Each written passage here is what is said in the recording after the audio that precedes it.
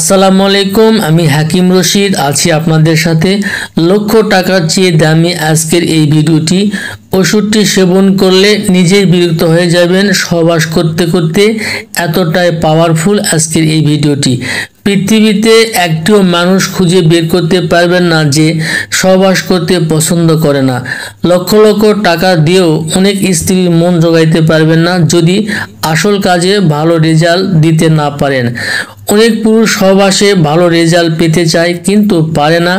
তাদের জন্য আজকের ভিডিওটি অনেক গুরুত্বপূর্ণ একটি ভিডিও। দ্রুত বীর্যপাত কেন ঘটে, এই সমস্যার সমাধান অনেক চেষ্টা করেও বের করতে পারবেন না।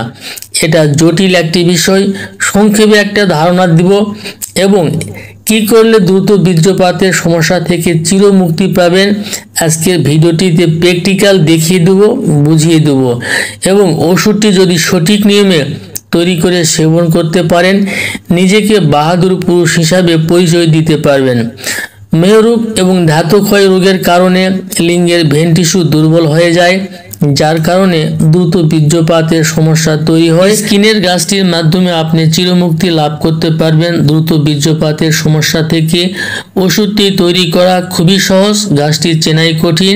চিনতে না পারলে কমেন্ট করে জানাবেন। গাছটির নাম বনতুলসী। তুলসী গাছের চেয়ে 10 গুণ বেশি ক্ষমতা সম্পন্ন। 99টি রোগ দূর করতে পারে এই গাছ। মাত্র একটা রোগের কথা বলি আজকের ভিডিওটি থেকে বিদায় নিব। এই গাছটি সম্পূর্ণ অংশ বীর্য স্তম্ভনকারক, মানে স্থায়ীভাবে দ্রুত বীর্যপাত নিরাময় করে। আমার হাতে দেখতে পাচ্ছেন এই গাছের পাতা উঠিয়ে নিচ্ছি। ওষুধ তৈরি করার জন্য আপনাকে এই গাছের পাতায় কালেকশন করতে হবে। মনে রাখবেন এই গাছের সম্পূর্ণ অংশ সমগুণ বিশিষ্ট। এই হাতে দেখতে পাচ্ছেন এই পাতা কালেকশন করে নেবেন 50 গ্রাম এবং কালিজিরা নেবেন 50 গ্রাম। এই দুইটি মিলে 100 গ্রাম পাটায় বেটে নেবেন, সুন্দর করে বেটে নেবেন। বেটে নেওয়ার পরে মাত্র 30 পিস বটিকা বানায় নেবেন এবং হালকা রোদে 2 দিন যাবৎ শুকায় নেবেন। শুকিয়ে নেওয়ার পরে ছোট্ট একটি কৌটায় রেখে দিবেন। প্রত্যেক দিন রাতে খাবারের 1 ঘন্টা পরে কিংবা সহবাসের আগে একটি বটিকা ঠান্ডা পানি দিয়ে সেবন করবেন।